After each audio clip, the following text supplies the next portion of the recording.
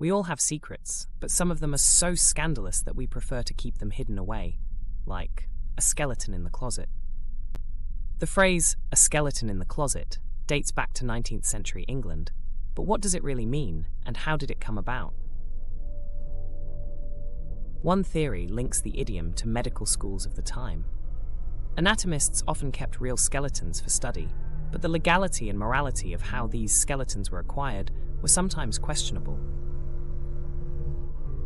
To avoid scandal and legal trouble, these skeletons were hidden away, much like how one might hide an embarrassing secret today.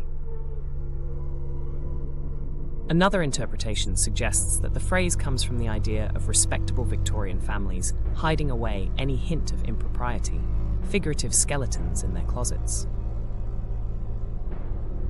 Grave robbing was a common crime in the 18th and 19th centuries, as medical schools needed cadavers for study. These bodies were often obtained illegally and then hidden. The phrase began appearing in literature in the early 19th century, further cementing its place in the English language as a metaphor for hidden secrets.